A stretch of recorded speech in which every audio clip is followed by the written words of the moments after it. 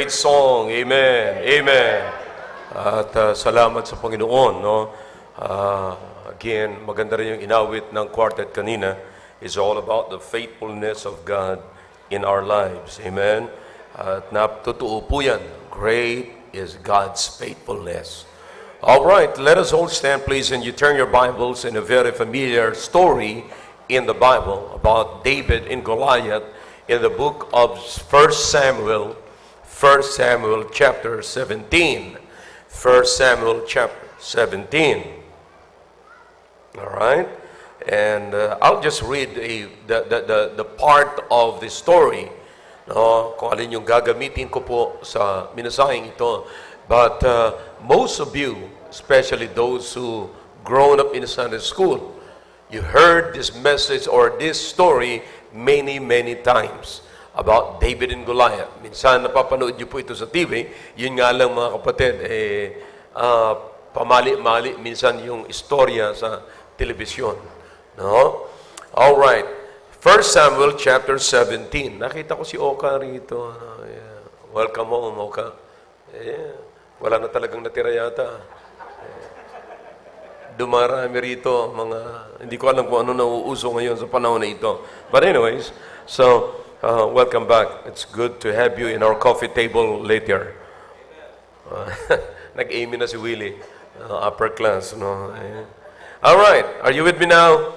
2 Samuel, we'll begin reading from chapter 17, verse number 32 down to verse number 37. All right? Andiyan na po kayo. 1 Samuel. Amen. Kayo nasa likod. Amen. Kayo nasa taas. Amen. All right. Di ko na ito tinatanong yung mga nasa harap kasi nakikita ko naman po mga kapatid. Maliban na lamang kung ang ginuguhitan nila ay Genesis. 1 Samuel tayo, ha? All right. Verse number 32, chapter 37. And David said to Saul, let no man's heart fail because of him. Thy servant will go and fight with this Philistine. And Saul said to David, thou art not able to go against this Philistine to fight with him, for thou art but a youth, and he a man of war from his youth. And David said unto Saul, thy servant kept his father's sheep, and there came a lion and a bear, and took a lamb out of the flock. And I went out after him, and smote him, and delivered it out of his mouth. And when he arose against me, I caught him by his beard, and smote him, and slew him. Wow! Thy servant slew both the lion and the bear. And this uncircumcised Philistine, bakit kaya, anyways, this uncircumcised Philistine shall be as one of them, seeing he hath defied the armies of the living God. David said, moreover, the Lord that delivered me out of the paw of the lion and out of the paw of the bear, he will deliver me of the hand of this Philistine. And Saul said unto David, go, and the Lord be with thee. I'm going to talk to you tonight from this story. What will you bring in the next battle of your life? What will you bring if you will go to the next battle of your life? Ano ang ating dadalhin? At maunawaan po natin sa kasaysayan nito, kaya ginamit ko po ang kasaysayan nito para maunawaan po natin kung ano ang dala ni David nung siya'y nanalo, na-defeat niya ang higante.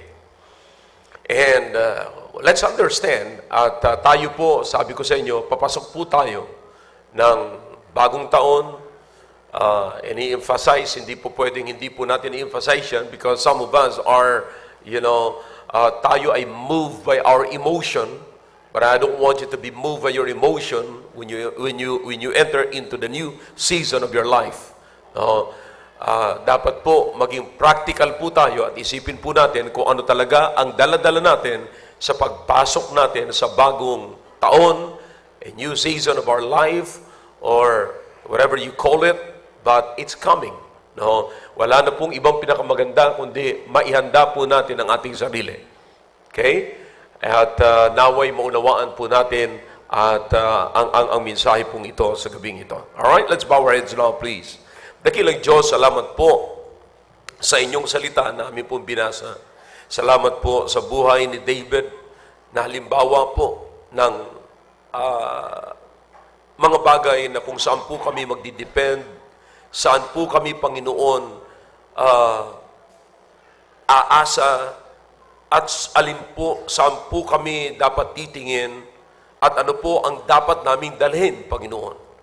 Naway makita po namin ang kagandahan ng pag-asa ng aming buhay ay laging na kay Kristo.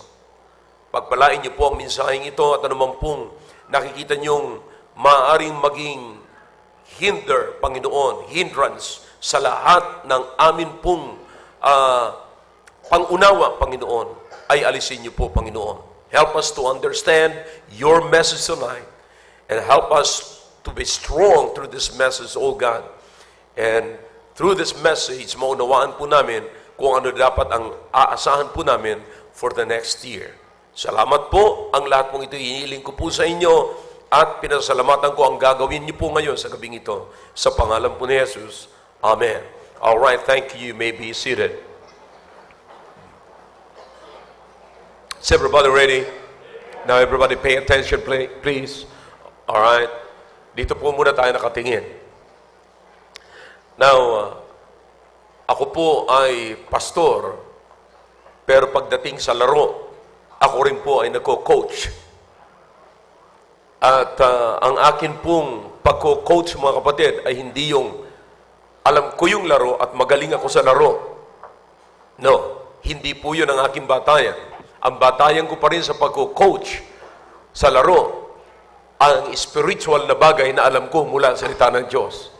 And may I tell you this, it works. It works. There are things, rules, instructions to the players that I am giving before the game begins. Bago po magsimula ang laro ay nagbibigay po ako ng instruction sa aking team. Number one, sinasabi ko po lagi sa kanila, let us enjoy the game. Let us enjoy the game. You are here for the game, so let's enjoy the game. Second, keep a good spirit. Keep a good spirit. It means you've got to maintain a good spirit. Are you following me? Number one rule is what? Say it louder. Enjoy the game. Number two rule, keep a good spirit. Number three, whether we win or lost, the game, whether we win or lost the game, the most important thing is we will enjoy the game and keep a good spirit. Sa manalo o matalo, ang pinakamahalagang bagay na dapat yung tandaan is we will enjoy the game and keep a good spirit. Number four, let's give them the award and let's get the game. Get that? In other words, sa kanila yung trophy, atin yung laro.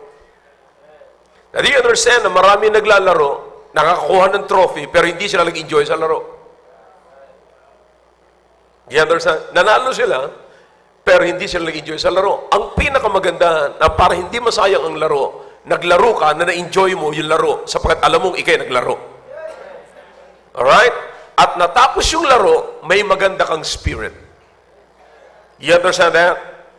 Now, This is very important because this is exactly what we will understand from this story of David and Goliath, a very familiar story in the Bible. Ito po ay very popular sa mga bata, itong kwento na ito. Now, it is very important because in life, mga kapatid, in any battle in life, how you came out of the battle is simply determined by how you choose to go in it. Let me say this again. I-rewind ko, mga kapatid. Okay? Makinig kayo ng mabuti. Sabi ko, ito'y napakahalaga sapagkat sa buhay natin, meron tayo laging battle sa buhay natin. And how you come out of the battle is simply determined by how you choose to get in the battle. Yung pagkatapos ng battle, yan ho ay na-determine, nasabi, nalaman natin depending on how you get into the battle. All right? Let me stress more, okay? Your success in a struggle is depending upon what you do before the struggle begins. Okay? Yung iyong tagumpay sa struggle, kung ikay may nagtagumpay sa struggle, yan ho'y nakadepende. Yung tagumpay sa struggle, nakadepende ho yan kung ano ang ginawa mo bago dumating ang struggle. Is everybody following me? All right. Your deliverance from the storm of life can be determined by how you go in to the storm of life. What you bring to the battlefield will determine what happens on the battlefield.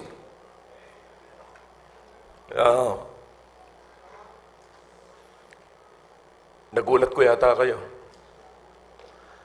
Anuman ang dinadala natin, anuman ang dala natin sa battlefield, yun ang magdidetermine kung ano ang katapusan ng ating pakikipagbaka sa battlefield. I hope nakukuha nyo na po yan. And not only that, how you look coming out of the battlefield. Makikita mo ang isang talunan na tao mula sa battlefield. Depende po yan, nakadepende po yan kung ano ang dala mo doon sa battlefield. In other words, how you begin and how you go in will determine how you come out. How you go in, how you begin, how you go in will determine how you go out. Now, let's go to the story. Let's go to the Bible. All right? Here is David. Are you still listening? Everybody pay attention here. Huwag niyo pong i-miss ng mga kapatid. Here is David defeated Goliath by hitting him on his forehead by just one stone. With just one stone, David defeated Goliath, defeated the giant Goliath, covering from his giant shield with his giant sword. Sapagkat lahat po yan ay gamit ng higante, kaya everything is panghigante. Amen. But listen, ang question po rito, paano natalo ni David sa pamagitan lamang ng isang stone na nakafix po doon sa kanyang slingshot, kapatid? He killed the giant by just one stone. Now, here's the answer. Kaya sinasabi ko sa inyo, tignan nyo mabuti, sundan nyo mabuti ang sinasabi ko sa introduction. Here's the answer. The answer is, it's not the rocks that he found in the valley that killed Goliath and won the victory. But it is the stones that he took to the valley that took him to win against the giant. Hindi po si David pumunta doon sa bundok o sa valley at pumulot lamang ng bato. At yun ang nakatalo doon sa higante. Hindi po yun. Si David, natalo niya ang higante dahilan sa isang dala-dala niyang bato. Hindi sa pinulot niyang bato. Nakuha niyo po? Bago siya pumunta sa bundok, may dala-dala na po siyang bato. And most of the time, yung po'y nanggagaling po doon sa brooks na kung saan doon niya pinapastol yung mga tupa. Alam niya po yung brooks na yon, alam niya kung anong klaseng bato meron siya. And by the way, back in those days, mga kapatid, yung mga naninirador, nag-aaral po yan, mga professional po yan, mga pinag-aaralan po yan. Pag nakita po, na-search niyo po yan, talagang may mga master po yan. At alam nila kung anong speed, pagka tinira po nila yan, kung gaano kabilis po yan, at kung gaano aling bato ang gagamitin nila, hindi ka pwede basta lamang pupulot ng bato. Imagine that. You see that? Now, at kung paano mo i-hit. Kapatid, imagine kung paano niya na-hit yung giant na meron pong what is this, helmet, at meron pong higanting shield. Paano niya mahihit dito, mga kapatid? At meron siyang armor bearer na talagang magdadala sa kanya, dala-dala po yung kanyang shield. Imagine kung paano niya maprotekta, paano siya natamaan ni David. Mamaya sasagutin po natin yan. But what I'm saying right now, makikita po natin dito na si David, it is not that stone that he took from that valley, but it is the stone that he brought to the valley. Nanawa niyo po, that hit the forehead of Goliath. Hindi po siya namulot lamang, kundi dala niya. Ang ibig ko sabihin, pag naunawaan niyo mabuti ang sinasabi ko, mga kapatid, sinadya niya at kung ano yung dala-dala niya, kaya siya, mga kapatid, nanalo kay Goliath. But in reality, kapatid, here's the thing. It is not just the stone factor. Minsan, ang nakikita lamang po natin bida rito, yung isang bato na tumama sa forehead. Now, I agree with that. Salamat sa Panginoon. And most of the time, naririnig po natin yan sa mga preachers na isa lamang bato. Dahil lamang sa isang bato. In fact, may kanta po dyan sa Sunday School Inaawit nila dahil sa isa lamang bato, ang higante ay bumagsak. See that? But do you understand na hindi lamang po yung bato ang factor ng panalo po ni David?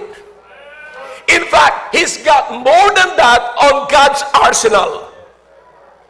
Now, para maunawaan po natin, mga kapatid, titignan po natin kung sino yung mga kausap ni David bago niya nakaharap si Goliath. Para maunawaan po natin na hindi lamang po yung anaarmas ang sandata ni David nung hinarap niya si Goliath.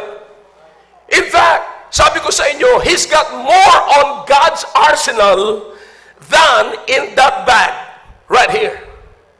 Sabi ng Biblia, meron siyang 5 stones, pero kapatid, ayon sa paulit-ulit kong binabasa po ito, nakikita ko na hindi lamang po yun ang sandata ni David. Na ako po'y naniniwala, mga kapatid, na kung anuman ang sandata, maaaring wala na po tayo ngayon slingshot, maaaring wala na po tayong bato ngayon na katulad ni David. But if we can use his other weapons that is in God's arsenal, brethren, I'm telling you, if we can bring it in the next battle of our life, we can win the battle.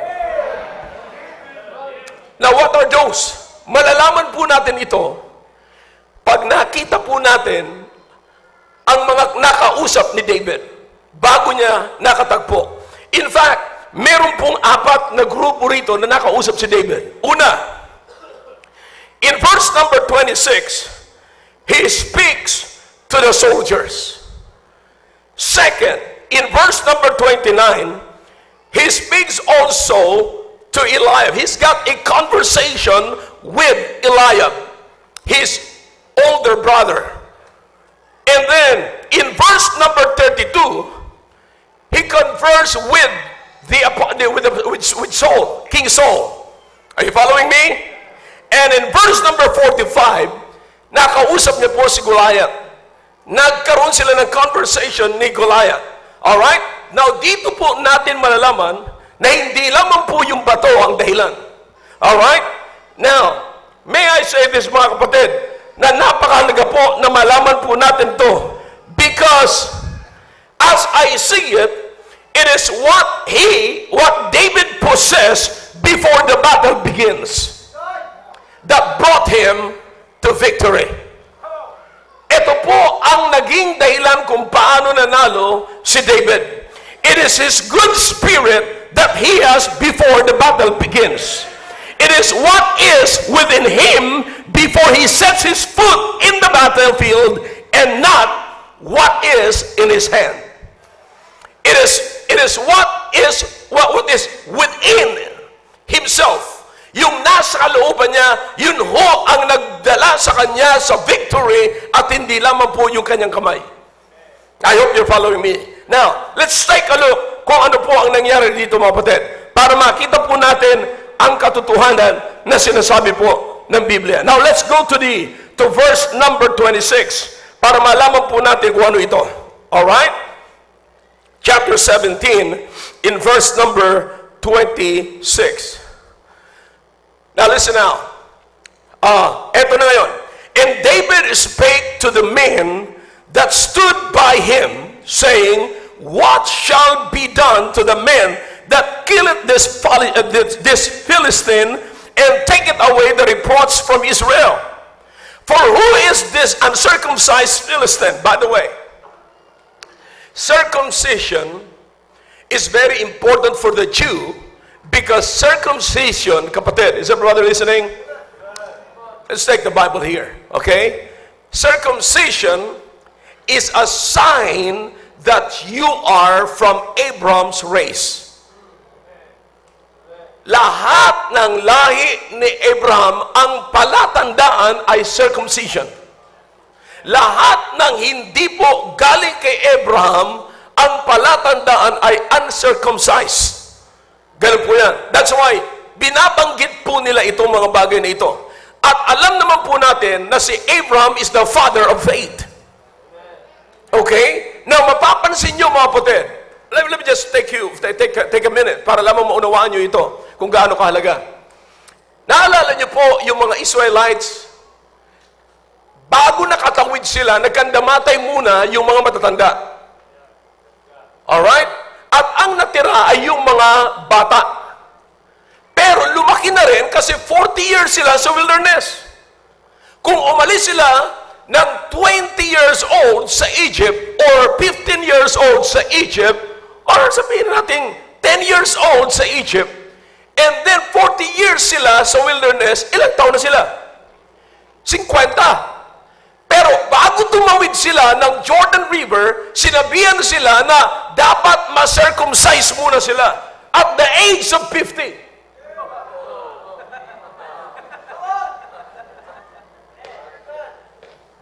Hindi lamang ho yung catch doon. Ang matindi nito, walang kutsilyo. Ang gagamitin ho ay mga binasag na bato. Ngayon napakapalad nyo, Dominic, may anesthesia pa kayo. Alright, forget it. So, ang sabi po rito, sa verse number 26, balik po tayo rito. And David spake to the men that stood by him, saying, What shall be done to the man that killed this Philistine? Look at his question. Who's asking here? Sino po ang nagtatanong dito mga kapatid? Let's study the Bible.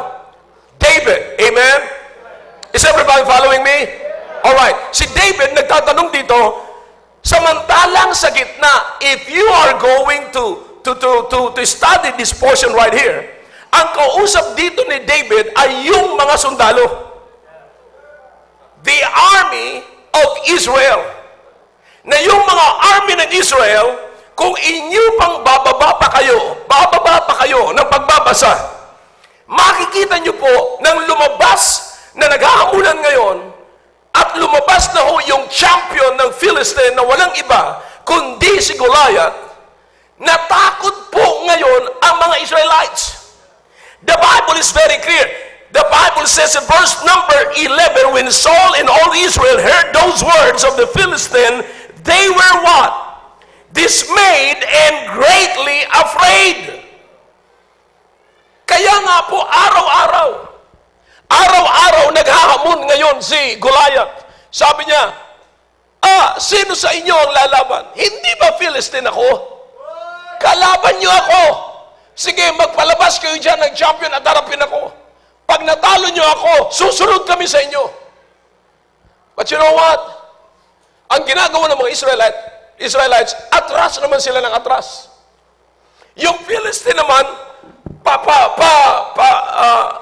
forward naman ang forward. And the Israelites are moving backward.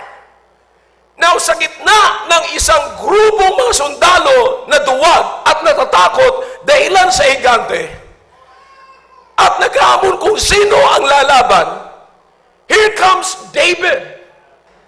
Na ang tanong niya ay hindi yung paano natin tatalunin yan. No, hindi. Ano ang gagawin niyo pag natalo ko yan?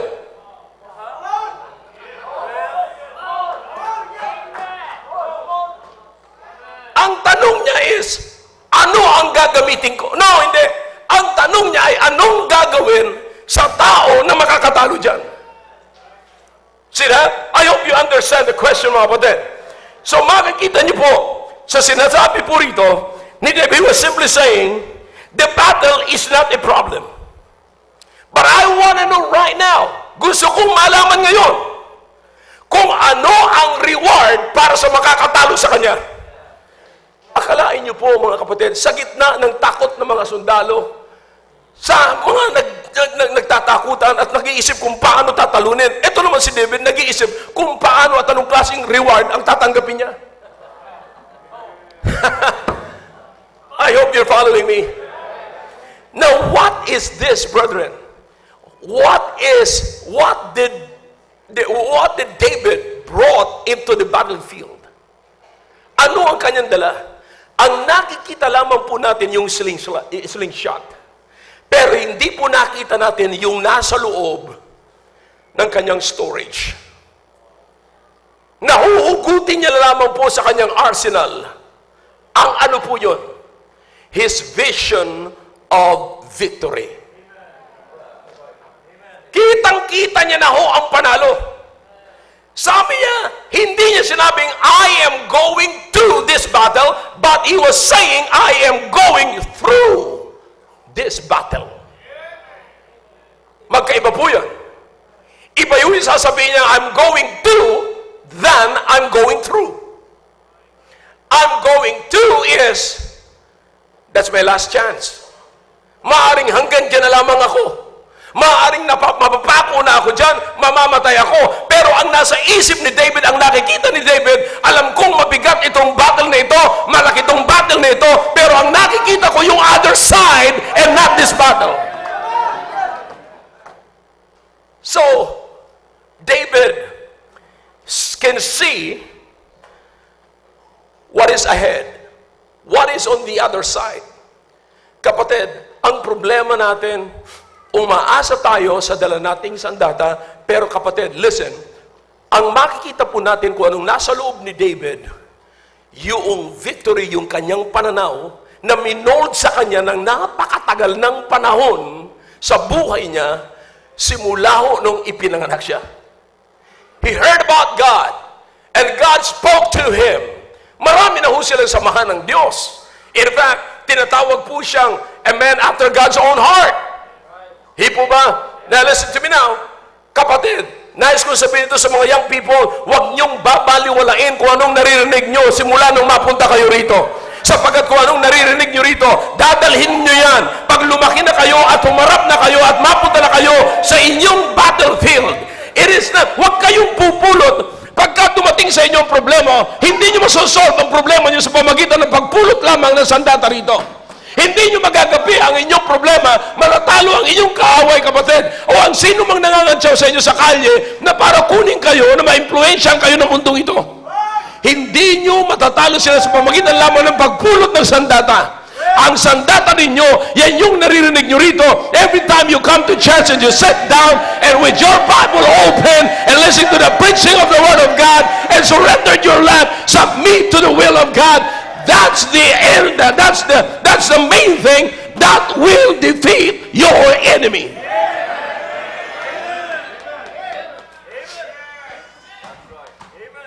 Kung meron man po dito mga kabataan, na ngayon nakikita nyo, nagtatagumpay sa buhay nila, na ngayon ay hindi madala ng mundo, na mas pinipili nilang dito sila mag-spend ng Christmas time at mag-spend ng New Year's time kaysa sa kanilang mga barkada sa labas. Yan huyong nakarinig. Mula na kanilang mga sa bata pa, narinig nila ang prinsipyo ng salita ng Diyos, kinimpo nila sa kanilang storage, at sa panahon na katulad nito, hindi po sila madadala ng alak, hindi po sila madadala ng bisyo, hindi po sila madadala ng drugs, ng party, pero ang isang attractive sa kanila ay ang gawain ng Panginoon. That's how our young people in this church winning the battle. Now, David is just like that. Meron po siyang vision of victory. When he saw Goliath, he didn't ask how they will win, but what he will get if he kill the giant. And that's something, mga kapatid. Akalain nyo, hindi nyo tinanong. Yung samantalang yung iba, takot na. Hindi na sila magkanda-ugaga kung anong gagawin. Pabira, yan, palapit na palapit. Siya naman. Ganun ba? Grabe yung mga kwentuhan eh. Pagka binanggit nyo po yan, pagka binasa nyo po yung bago ng 26, ay grabe yung takot talaga nila. Pero ang sabi po ni David, okay. Ang inaasahan nila, kasi napakaliit si David, ganun ang kanyang, napakabata pa, matatakot. Uuwi na si David. Pero nagkamali sila sa sagot ni David. Anong gagawin sa tao na makakapatay sa higanting ito? Sa isang uncircumcised na higanting ito. Imagine that. Ganun kalaki, mga kapatid. Hinarap ni David. And so, ano po ang sandata niya? Hindi lamang po yung bato. May I tell you this, mga kapatid? Kung magkakaroon lamang po tayo ng vision ng victory, every time na nasa battlefield tayo, every time na meron tayong problema, anumang dumapo sa atin, ang tingin po natin, eto yung laban, eto yung kaaway natin, ang tingin natin sa kabila. Why? Because we are not getting into it, but through it. Lalampasan natin. Si David umaasa na. Sandali lang to. Parang, alam nyo, habang nagbabasa ako ng ganyan, parang nagbabasa lang po ako ng, parang nanunood na ako, parang nandun na ako sa sitwasyon. Parang sabi ni David, nagdala siya ng pagkain sa kanyang mga kapatid kasi inutusan siya ng kanyang ama. If you can remember that. No, that's a story. Sabi niya, puntahan at mga gutom na yon, magdala ka ng pagkain doon sa kanila. Okay, sinunod niya ang kanyang ama. At pagdating niya po doon, eto na ngayon, naghahamunan na, may mga nakita niya, duwag na yung kanyang mga kaway. And then, nakita niya, sabi niya, anong nangyayari? So, kwento nila, habang nagkakaroon ng kaguluhan at takot doon, sabi ni David, alright, anong gagawin sa makakatalo sa kanya? Look at this first. Listen to me now. Kapatid, sabi ko sa inyo kanina, maaaring wala na ho tayong slingshot. Wala na po tayong bato. Pero yung natitirang apat na binanggit po rito, na sinasabi ni David, na makikita natin mula sa kanyang attitude, nung nakausap niya yung mga sundalo, nakausap niya si Saul, nakausap niya si Goliath, nakausap niya yung kanyang kapatid. It could be also our spirit. Pwede hong maprocess natin yun, na yun ay daladala rin po natin sa pagpasok natin sa taong 2019. Now, what else? Let's go to verse number, to this passage in verse number 29.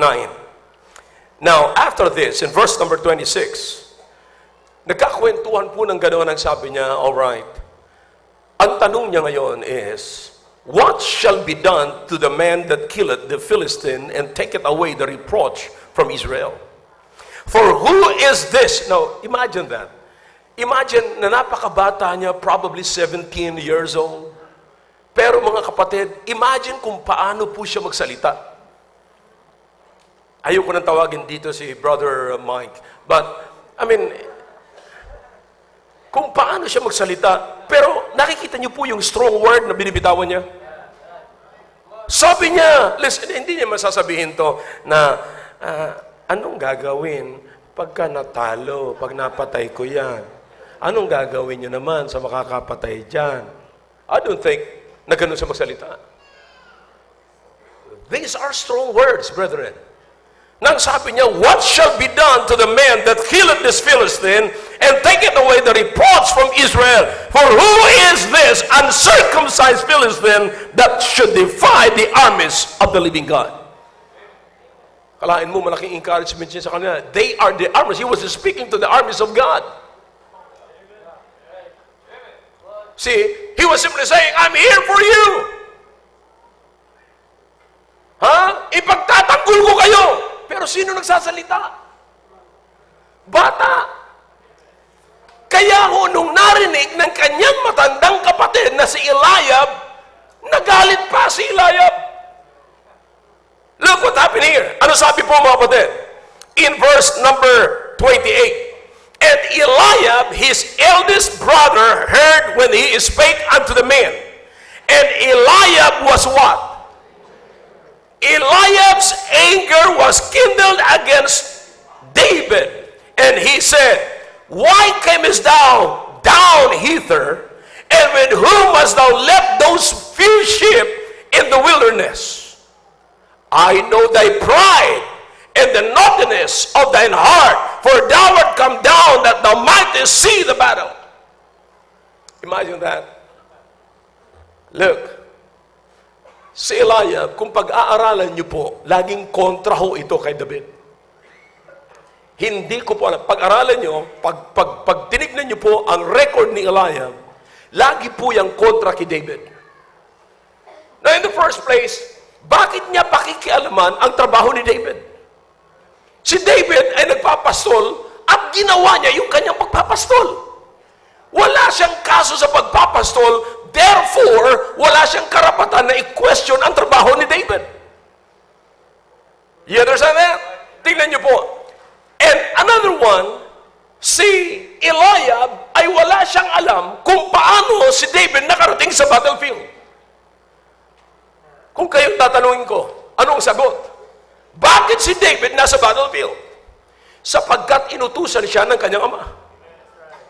He was just obedient to his father. And he was doing father's business.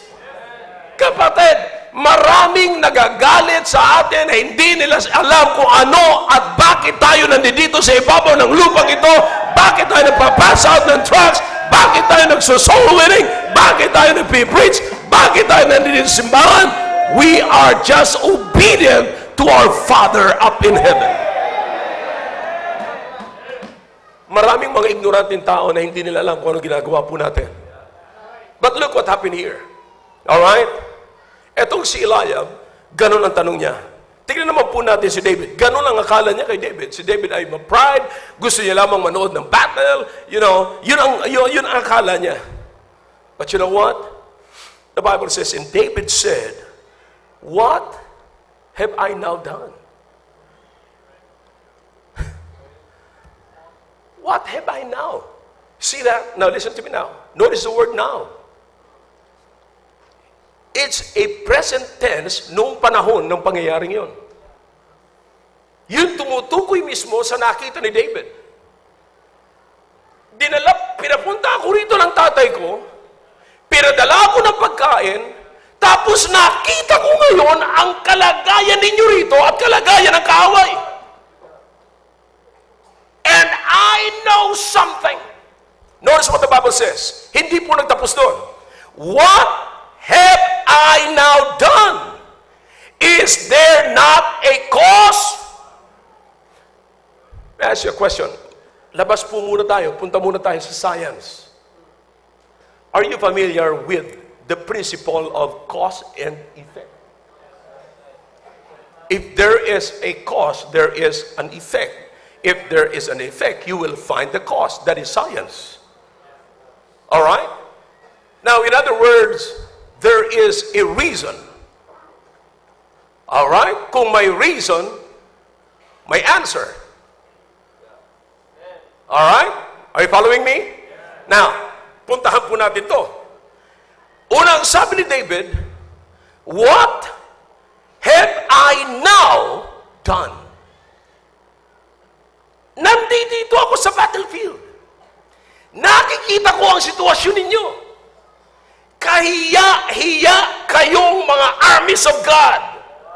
You are discouraged. These men brought reproach to the people of God. But, sabi niya, is there not a cause? Cause for what? Reason for what? What is the reason? What is the cause here? Listen, si David, kapatid, ay matagal niya nang kilala ang Diyos. Ano yung cause na tinutukoy ni David? Yung lahat ng ginawa ng Diyos. Lahat ng kapangyarihan ng Diyos. Lahat ng miracles na ginawa ng Diyos sa mga Israelites. Lahat, pati kanyang patha. Lahat, kapatid, lahat ng ginawa ng Diyos. Alam ni David siya. And listen to me now. Alam din po yan ng mga sundalo ng Israel. So he was trying to remind them, is there not a cause? Na kung hindi nyo man maalaala ang kabutihan at kapangyarihan ng Diyos, ako naaalala ko pa. If there is the cause, may I tell you that I am the effect. I am the effect. Now, you listen to me now. Baka medyo masyadong napalalim ang dating sa inyo, mga kapatid. How do you know God? Gaano nyo kakilala ang Diyos? You see that? Gaano natin kakilala ang Diyos? Pinag-uusapan po natin dito lagi ang salita ng Diyos. Pero ano ang nalalaman po natin ngayon tungkol sa mga ginagawa ng Diyos? Back in the garden. The garden, in the book of Genesis, will tell us our salvation. How God came down from heaven and mingled with men. Nakisalamuha po siya sa mga tao. Ibinigay niya ang kanyang sarili. Kaya niya naman patayin ang mga sundalong pumapatay sa kanya at umaresto sa kanya. He was falsely accused. At ang first people's power ay naganap noong kapanahunan ng Panginoong Kristo. Pwede siyang tumawag ng 10,000 angels para sirain ang lahat ng mga naninira sa kanya. Pero hindi niya ho ginawa. But listen, sapagkat ang sabi niya, igiba ninyo ang templong ito at itatayo ko sa ikatlong araw. On the third day, he rose from the grave. He rose from the grave. Totoo po ang nangyari, mga kapatid. Now, may I tell you this? That's the cause. That's the cause. Kapatid, I believe that you have a reason why you keep coming here. You have a reason why you are reading your Bible. You have a reason, kapatid, kung bakit you're winning people. You have the reason why you are inviting people to come to our church and see what's going on here. We always have the reason. There is always a cause. Ano kay David? Yung pagkakilala niya sa Diyos. Kaya ngayon, sabi niya, nakita ko lahat ang kahihiyan sa mga anak ng Diyos, sa mga tao ng Diyos, sa mga armies of God. Nakita ko lahat. Tapos nakita ko pa itong uncircumcised. Malaki lang yan, pero uncircumcised yan. Maporma lang yan, pero uncircumcised yan. Tapos hinahamon kayong mga circumcised ng uncircumcised. Abay, sa probinsya, mga kapatid, pag tinawag kang uncircumcised, ang ibig sabihin nun, duwag ka. Oh yeah. Yung magpa-circumcise nga, hindi magawa, makipagsuntukan pa. Yan ang mga rason ng araw eh. Now, but you listen to me. Yan ang mga tatakpo ng uncircumcised. But listen to me now. Here's David. Sabi niya, nakita ko kung gaano ang nangyayari sa inyo. Araw-araw hinahamon kayo. Napapahiya ang Diyos dito. Tapos alam nyo naman, ako nandito ngayon. What have I done now? Nakita ko ang lahat ng pangyayaring ito, and I know there is a reason sapagat nakita ko ang kapangyarihan ng Diyos. Ano ang armas ngayon ni David na pangalawa? Kapatid, his relationship with God. His relationship with God. See that? Because mayroon siyang magandang relasyon sa Panginoon, alam niya kung ano ang ginagawa ng Panginoon sa kanya. Alam niya kung sino ang kanyang pinaglilingkuran. Can you also recall the life of the Apostle Paul? Anong sabi ni Paul? Kilala ko ang aking I know whom I believed, and I am persuaded. That's why he was persuaded, because he knew whom he believed. Is everybody listening to me? Kapatid, tignan niyong mabuti na napakahalaga ito. If you know Him, kung kilala mo ng lubusan ang iyong Diyos, ang iyong tagapagligtas, yan ang dahilan.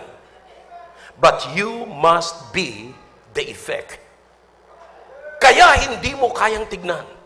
Kaya nga mga kapatid, pagka naglalakad tayo sa kalsada, may dala-dala tayong trucks, at hindi tayo makapigil, hindi tayo magbigay ng trucks, because we know that there is a reason, there is God, there is a Savior that can save the unsaved, and we are the effect. That's why we can pass out. Relationship brought him there. Relationship brought him there. Third, tingnan niyo mga kapatid. Kaya sinasabi ko po sa inyo lagi, ayusin natin ang relasyon natin sa Diyos bago natin ayusin ang relasyon natin sa tao. Madaling ayusin ang relasyon sa tao kung ayos ang relasyon natin sa Diyos. Madaling mag-ayos ng relasyon sa tao kung ayos muna ang relasyon natin sa Diyos. Pero kung hindi maayos ang relationship niyo ng Diyos, kailanman mamimili kayo lagi ng karelasyon niyo sa tao. Sapagkat ang Diyos, He came to them that which was lost. Yaong mga magagaling na ay hindi na nangangailangan ng doktor. Pero naparito siya sa mga may sakit. Naparito siya para sa mga makasalanan. Hindi ho siya namili ng tao. Kung mamimili siya, sigurado ko, wala ni isa man sa atin dito sa loob ng auditorium ang napili. Kung sa palagay mo, napaka-spiritual ka na, pagkasama mo ang pamilya mo at kamag-anak mo, nagkakamali ka kasi ng grupo. Subukan natin ang pagka-spiritual mo kung merong mga taong kasama ka at kasama mo na hindi ka gusto. Subukan natin kung gaano ka ka-spiritual. Madaling mag-preach sa mga sumisigaw ng amen na katulad dito mga kapatid. Pero pagka meron ka nang nagpipreach ka na sa mga taong natutulog habang nagpipreach ka, na kahit gaano nakasigaw, kalakas ang boses mo, tulog pa rin na parang walang naririnig. Diyan masusubukan ang iyong spirituality. Kaya madaling magsabing ako spiritual, mag-quote ng passage, pagka lahat naniniwala sa iyo. Pero si David, hindi siya naapektuhan ng mga nakapaligid sa kanya. Sabi niya, ang nakita niya, the more na nakita niya, duwag na itong mga ito. Kumukontra ka pa sa akin, aking kapatid. Kuya, kumukontra ka pa sinasabi mo. Kaya nga ako nandito para sa inyo. Ngayon kukontra ka pa sa akin. Hindi ako magpapa-apekto sa iyo. Kapatid, hindi dapat tayo maapektuhan kung yung kasama natin nagsabing, kami nga, hindi namin kaya, ikaw pa. Is there not a cause? Sometimes yung atin pong tagumpay ay nakasalalay sa mga taong tinitignan natin na magagaling. At kapag hindi kinaya ng mga taong magagaling, pupunta na sa isipan natin, hindi ko rin kaya kasi hindi niya kinaya. You listen to me. If you have a good relationship with your God, the creator of the universe, you have no problem solving your problem.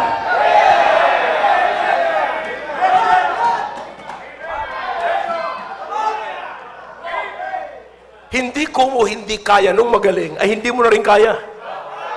It's not about your galing. It's not about his galing. It is about your God. And who is your God? David said, what have I now done? Is there not a cause? Is there not a cause? Is there not a reason? There is a cause. And I am the effect. Merong pinanggalingan. At ako yung may humihip. Ako yung bala. May pumutok. Ako yung bala. You understand that? So David said, is there another cause? There's a reason. Number 3.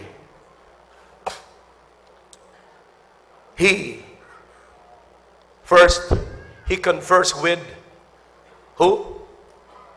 Kanino siya nagipag-usap? Sa mga soldiers. So nakita natin kung anong daladala ni David. Yung kanyang positive mind.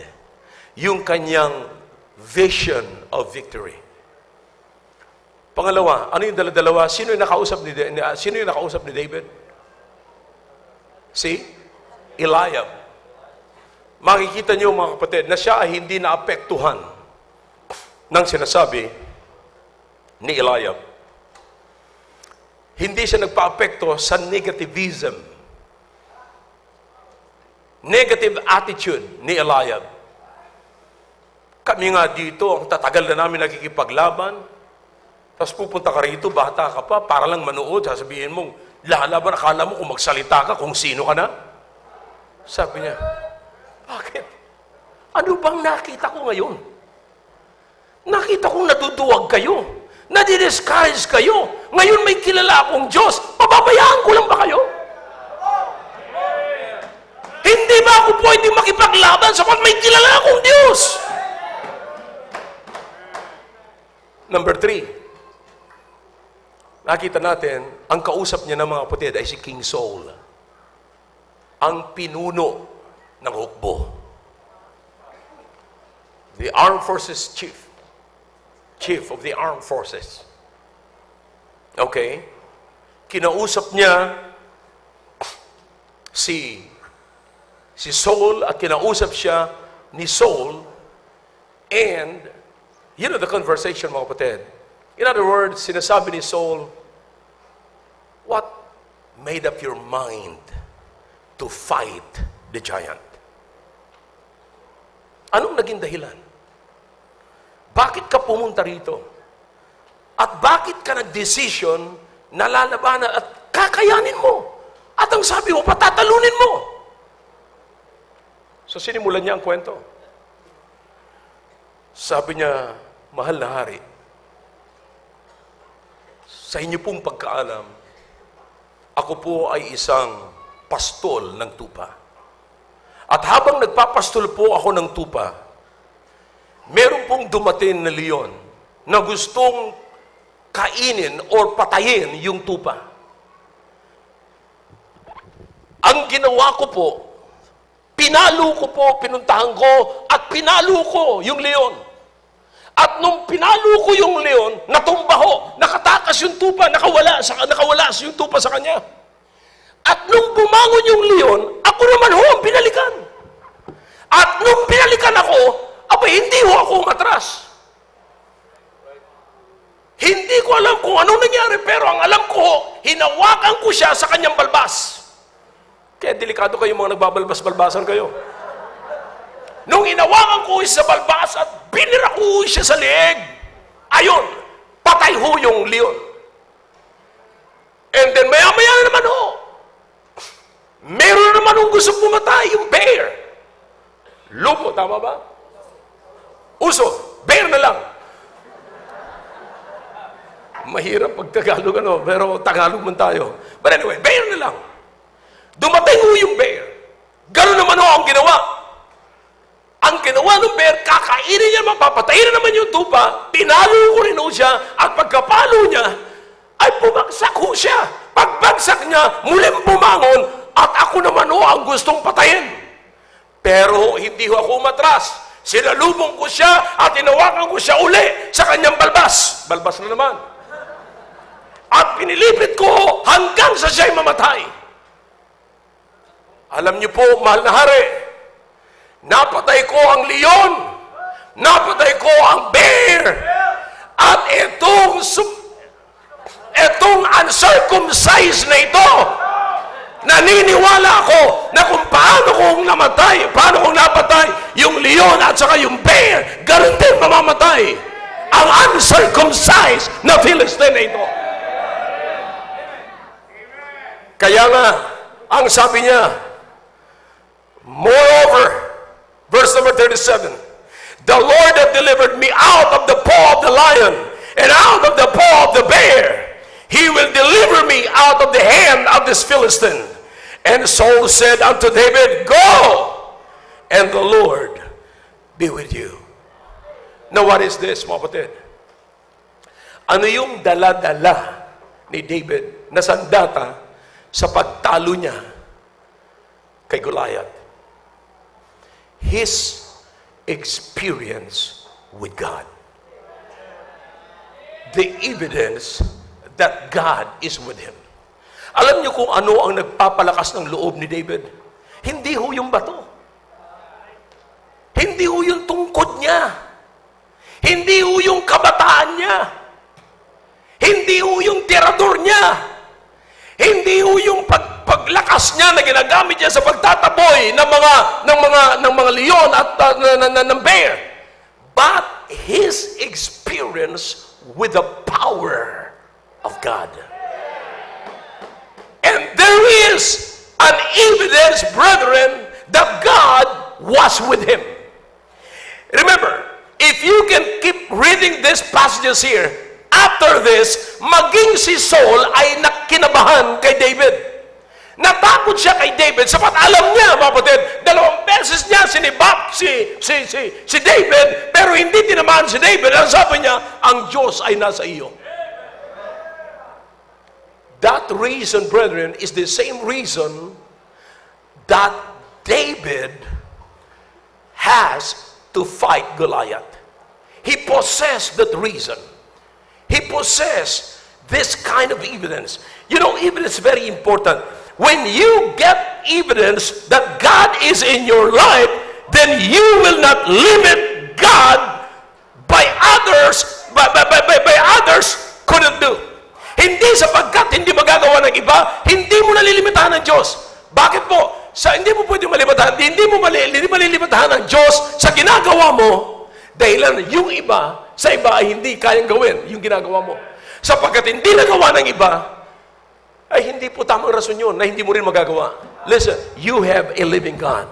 You have your created. When you get evidence, mga kapatid, kung meron kang ebidensya na ang Diyos ay nagtatrabaho sa buhay mo, then ang buhay mo, kapatid, ay magpapatuloy at sasabihin mo every time na darating ang problema sa buhay mo, uulitin lang ng Diyos ang ginawa ngayon sa buhay mo. Noong nangyari sa buhay mo ang problema na yun. Now listen, experience is our evidence. Anong meron? Anong meron po, mga kapatid, si David? Are you following me? Ebidensya na ang Diyos ay nasa kanya. Ebidensya na ang Diyos ay nasa kanya. Now, sino ang nagsimula sa buhay mo? Lahat po ng buhay natin bilang isang Kristiyano, nagsimula po yan nung tayo maligtas. Sino ang ating tagapagligtas? Si Kristo. Kapatid, doon lamang sa kaligtasan, sapat na yun na ebidensya na ang isang tao na ito na lugmok sa kasalanan, napatay sa kasalanan, na halos walang ibang ginawa kundi kasalanan, pero bumaba ang Diyos na ngayon pinago ang ating buhay. Imagine kung anong klaseng kapangyarihan yan. And hindi lamang po yan, pagkatapos po yan, may mga kasunod pang nangyari sa buhay natin. Those are evidences, brethren, that God is with us. Now, sapat na pong dahilan po yan, mga kapatid. Now, imagine kung paano po, mga kapatid, ang Diyos ay kung paano po tayo nakisama sa Diyos at nakipagbuno sa Diyos at, lahat ng mga problema ay na-overcome po natin dahilan sa kapangyarihan ng Diyos. Sapat na po yan na ebidensya sa buhay natin na pwede nating harapin ang sino mang kaaway natin na bigger than us. Which is bigger than us. You see, now, bear in mind, kapatid, na hindi po yung pagbibitbit lamang ng Biblia ang ebidensya. Hindi lamang ho yung pagbibigkas ng verse ang ebidensya. Hindi lamang po, mga kapatid, yung pagbibihis, pagkakaroon ng magandang damit at pagpunta sa simbahan ay meron tayong magandang kasuotan. Saan ka pupunta? Sa simbahan. Hindi lamang po yan ang ebidensya. Ang pinakang magandang ebidensya sa buhay ng tao ay kung paano natin nakita ang kapangyarihan nung hindi na natin kayang bumangon, and yet binuhat tayo ng Diyos at tayo nakabangon. Yung anak natin na suwain sa atin na matigas ang ulo, ngayon ay kasama na natin sa loob ng simbahan. Yung asawa natin na sana maghihiwalay na at masisira na ang ating tahanan, pero binuo mismo ng Diyos, muli ng Diyos, nagsama ang ating pamilya. This is exactly the evidence that God is with you and with me.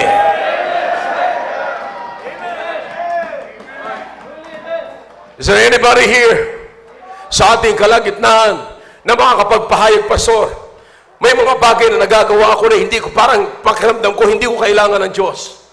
Pero aaminin ko po talaga, napakaraming mga bagay na hindi ko na kaya, na halos magpakamatay na lamang ako at ayaw ko lang lumabas sapagkat nahihiya na ako dahilan sa nasirang reputation. But God, the Almighty God, the Creator of the universe, once again restored my life and brought me to life again. Kapatid, itong ebidensya na ito ay mahirap po nating itabi. Kaya nga ho, ang sino mang nakaranas ng ganitong klaseng ebidensya, experience with God's power. Hindi mo maitatanggi. Kaya nung sinabi ni Saul, pambira, napakaliit mo at napakabata ka pa, paano mo matatalo yan? And he began to tell the story. And after na sinabi niya kay Saul yung story, mga kapatid, walang ibang nasabi si Saul, go, and the Lord be with thee. And the Lord be with thee. Go. Bakit ho? Dahilan sa ebidensya. Kapatid, alam niyo ba na kaya nating linlangin ang tao na tayo Kristiyano sa ebidensya ng pananamit natin? Sa ebidensya ng pagbibigay natin ng tracts. Pero mga kapatid, marami na kasi ako nakita. Nagsasalita po ako sa inyo bilang pastor. Kumanta sa choir, Sunday school teacher, naging usher, naging security, nag-soul winning. Pag nagbalita nga, hundreds of souls a day. Pero dumaan ang konti, maliit lamang, na problema sa buhay niya, na wala na ho sa kanyang ginagawa. Kapatid, ang kailangan po natin ay ebidensya na anumang problema ang dumating sa atin, maging kahiyan man yan, maging katitisuran man yan, maging sino man nang nagiging sagabal sa ating paglago bilang isang Kristiyano, God is allowing it to happen to you because God wants you to grow in His Word. And that one day, you will be bringing an evidence with you that God was and is with you and will be with you. Ano sinasabi ni David po dito, mga kapatid? He was with me when I killed the lion and the bear, and I believe He is still with me and will be with me when I kill this Goliath, this giant. And so he wasn't affected by what Saul was saying to him. Pero ang napakalaga dito, kapatid, sasabihin ko sa inyo, anong dala-dala natin? Nakalimutan na ba natin? Minsan, mga kapatid, alam nyo, minsan, kaya ako minsan, ang mukha natin ay parang laging sinasaniban. At minsan naman, mahaba ang baba natin. Parang nakakaawa. Alam niyo kung bakit? Nakakalimutan natin in the first place na tayo pala'y niligtas ng Panginoon. We are all sinners, but Jesus came down to save us. Yun na lamang pag naalala mo yun. Na isang araw, dumating sa iyo ang kamatayan, hindi ka na pupunta sa impyerno. May kasiguruhan ka na anytime na bumalik ang Panginoon, kasama kang kukunin ng Panginoon. Hindi ba sapat na yun, kapatid, na para tayo'y sumaya? At maliban pa sa araw-araw, na pag naisip natin yung ginawa ng Panginoon sa buhay natin, sabi nga ng ibang mga preachers, kung ibinigay nga sa iyong singsing, ngayon hinihingi mo yung lalagyan. At pag tinanggi ng Panginoon, hindi bibigay sa iyo, nalulungkot ka? Ay, nasa iyo na yung singsing.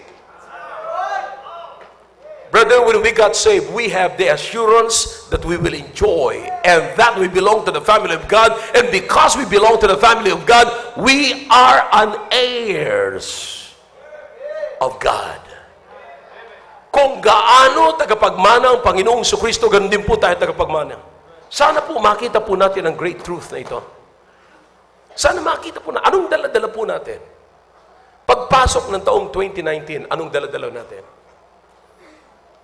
Anong plano mong dala-dala? Nakalimutan mo na ba yung kaligtasan? Nakalimutan mo na ba na ikaw ay merong isang Biblia na tama ang kasulatan? Nakalimutan mo ba na ikaw nasa tamang simbahan? Nakalimutan mo ba na kumpleto ang iyong mga anak kasama mong nakaupo sa... Boy, I'm telling you, napakaraming mga mag-asawa rito na hindi kasama ang kanilang mga anak at hindi nila katabi ang iyong mga anak. But bless God, you are sitting in this auditorium with your children by your side. Don't believe in it. That is a blessing from above. Kayong mga bata, kayo na nandito na kasama nyo, mga magulang, magpasalamat kayo na may mga motivator kayo. Nagmag-motivate sa inyo na gumawa kayo ng tama.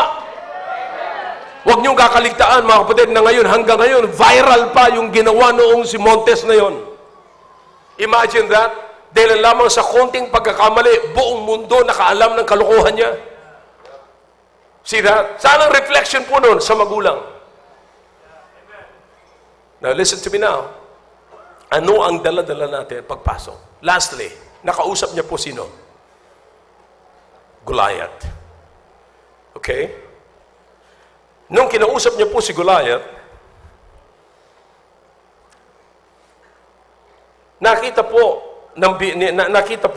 ipinakita ni David, nakita ni Saul, nung bago siya pumunta kay Goliath, at bago siya pumunta kay Goliath, kinausap po siya ni Saul. Ang sabi ni Saul, look at this idea, because this is human idea.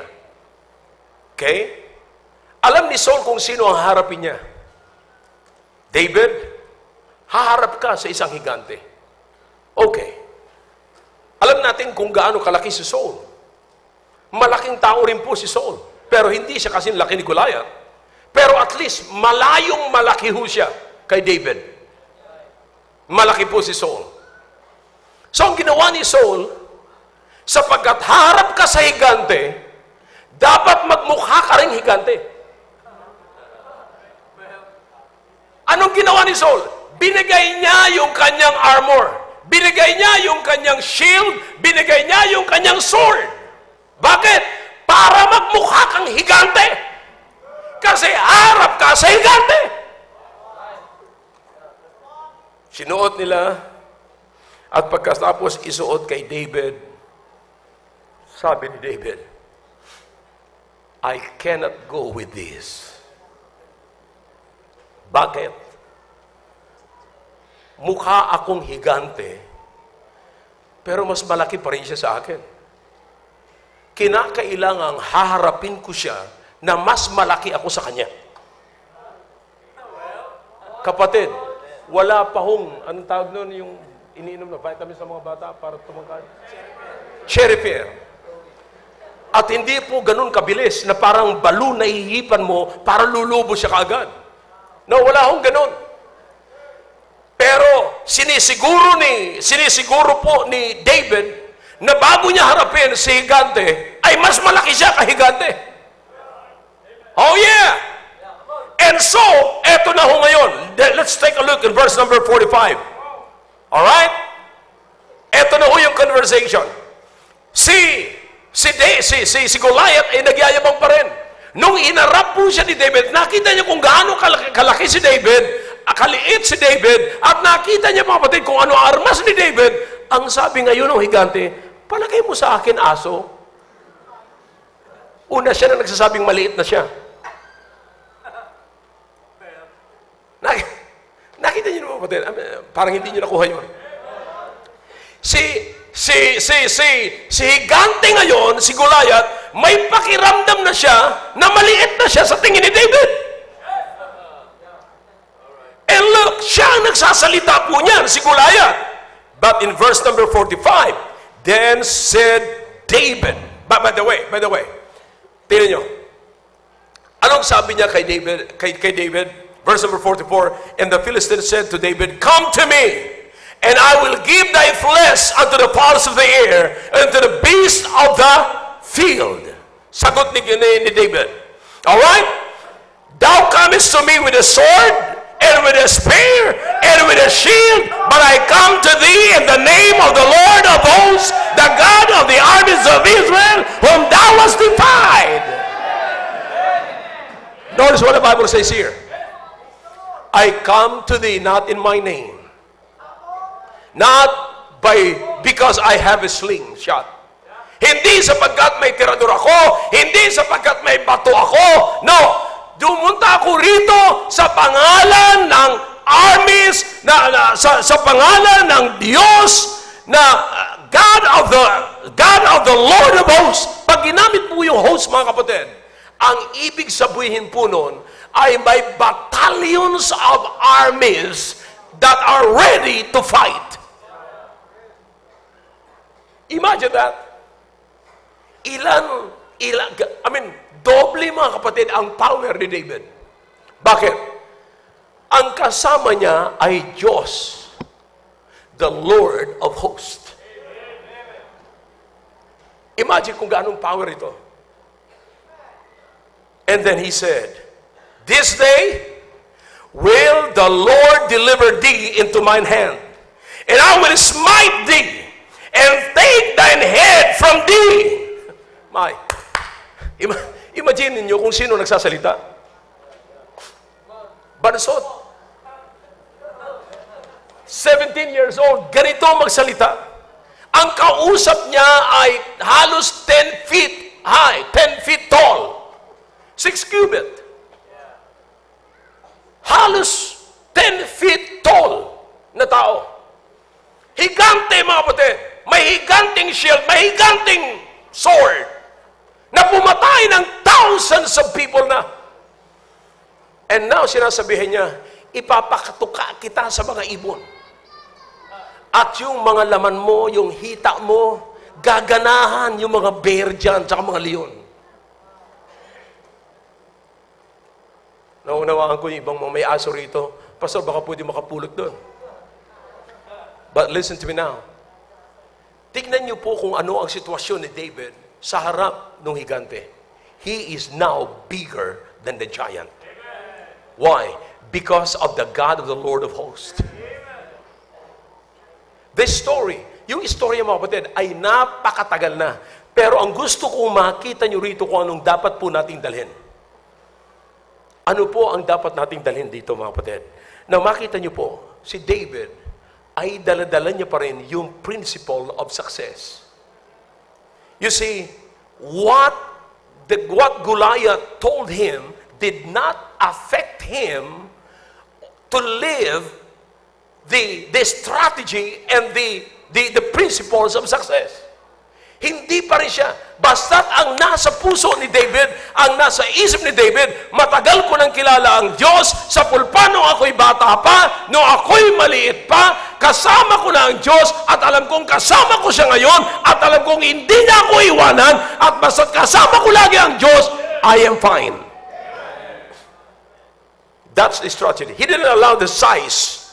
He did not allow the size of the enemy to tempt him to change the formula of success. Hindi niya ako pinantulutan.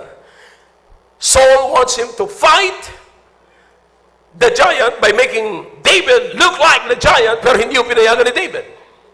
And so what happened here? David said, no, isa lamang ang sandata ko. What is that? Notice what the Bible says in verse number 47. Ano sabi niya? Ituloy lamang ho natin pagbasa.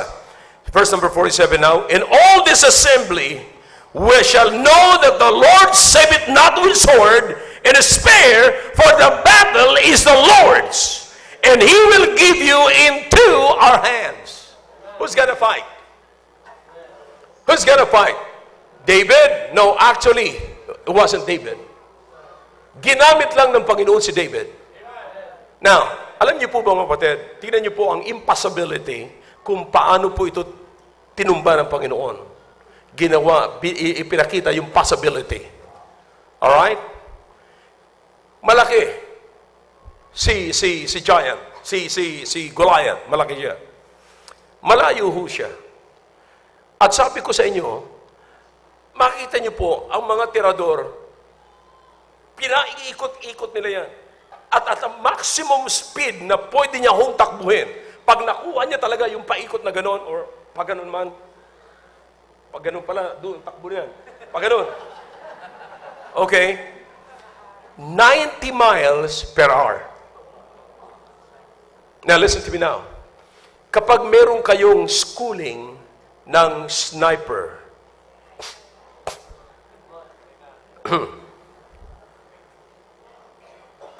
isa sa requirements dyan sa mga basic na tinuturo is, alam mo yung baril mo. Alam mo yung capacity ng baril mo. Alam mo yung takbo ng baril mo. Alam nyo yung timbang ng tingga. At hanggang kailan yung power, gaano kalayo. Nakalimutan ko lang yung tawag doon.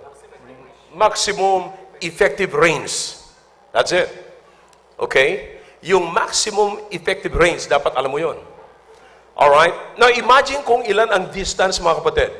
Kung ang takbo nun, kapatid, ay 90 miles per hour. Okay? At si Goliath ay mga 6 miles mula sa kanya, or sabihin natin, wag, sabihin lang natin ng mga less than 1 mile, or 1 mile. See? So, dapat tatansyahin niya yun. Alam niya yan. And aside from that, so kung yung layo nun, kung gaano ang distansya ni Goliath mula kay David, makaka-apekto pa ho yun sa hina ng tama ng bala. Kasi, yung bala, yung tingga, yung bigat ho nun, magpapahina sa takbo. Di ba? Ginanon. Para makuha yung 90 miles per hour. Pag alam niya ng 90 miles per hour, bibitawan na yon. Pero habang lumalayo yon, bumibigat yon. So, pababa. Ang isa pang problema, nasa tuktok pa. Nasa mataas pa na lugar si Goliath. At maliban dyan, may mga armor bearer pa siya. You see that? No, paano mo masasight ito? Titirahin mo talaga pataas. So, pagka pataas pa yun mga kapatid, hihina lalo yung bala. Come on. Yeah, hihina yung bala. Ngayon, pagka tumaas yun, ng taas na taas, may helmet naman si Goliath. Nakikita niyo po ang kaimposiblihan. Pero bakit at paano umabot ng ganun kabilis, ganun ka-deadly, yung bato na yun na tumama sa sentro ng forehead ni Goliath? The answer is right here. The battle is the Lord's. Ang may hawak ng bato, ang kasama ng bato, na tumama sa ulo at pumatay kay Goliath, nung tumama sa kanya, naiisip-isip ko na kung ano sasabihin ni Goliath. Kailanman hindi ko inisip na kaya akong patayin ng bato. Kailanman hindi dumating sa buhay niya na naisip niya na ang papatay lang pala sa kanya ay maliit na bato. Hindi sword. You understand that? But think about this. Paano nangyari ang mga bagay nito? Because of the Lord's hand. The battle is the Lord's. The battle is the Lord's. Kapatid, imagine niyo po, kapag anumang klaseng problema, sasabihin natin, walang pumapansin sa problemang ito, wala akong katulong sa problemang ito, ibigay ninyo at ilagay ninyo ang problemang yan, anumang pain meron kayo, anumang frustration meron kayo, put it in the hands of God. Casting. Ilagay natin lahat yan sa kamay ng Diyos. Into God's care, and the Lord will take care of it. Listen, kung ito hong apat na bagay nito, sabi ko nga sa inyo kanina, hindi po yung bato ang dahilan. Hindi ho siya namulot. Alam mo yung problema, mga kapatid? Pag hindi tayo sagana, pag ganitong may kasaganan tayo ng salita ng Diyos, hindi natin pinapansin ng Diyos. Pag wala tayong problema, parang wala lang ang Diyos. Parang walang kwenta ang Diyos. Walang kwenta ang salita ng Diyos. Walang kwenta ang pagpunta sa church. Parang wala lang. Wala. Pag dumating ang problema, pupunta tayo sa field, sa battlefield, mamumulot po tayo ng bala. At anumang pinulot mo na bala sa panahon na ng gyera, hindi na ho effective yan. Mas nakakasiguro ka pag dala-dala mo yun sandata. Pag nakakasiguro ka, pag dala-dala mo yung bala. David did not take it from the ground, from the valley, but he took it to the valley. Kapatid, bago pumasok ang taong 2019, sabi ko po sa inyo, anong dala-dala natin? Meron na po kaya tayong dala-dala. Pag pumasok ang 2019, anong nasa atin? Hindi ho yung nasa bag, kundi ano yung nasa loob natin.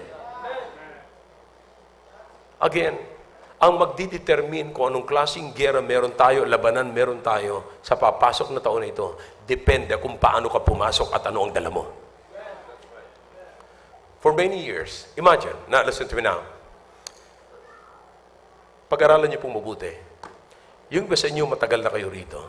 Pero bakit sabi nila, Pastor, alam mo, all right naman ako, pero bakit kaya ang hindi mawala-wala sa akin, yung mainitin ang ulo ko?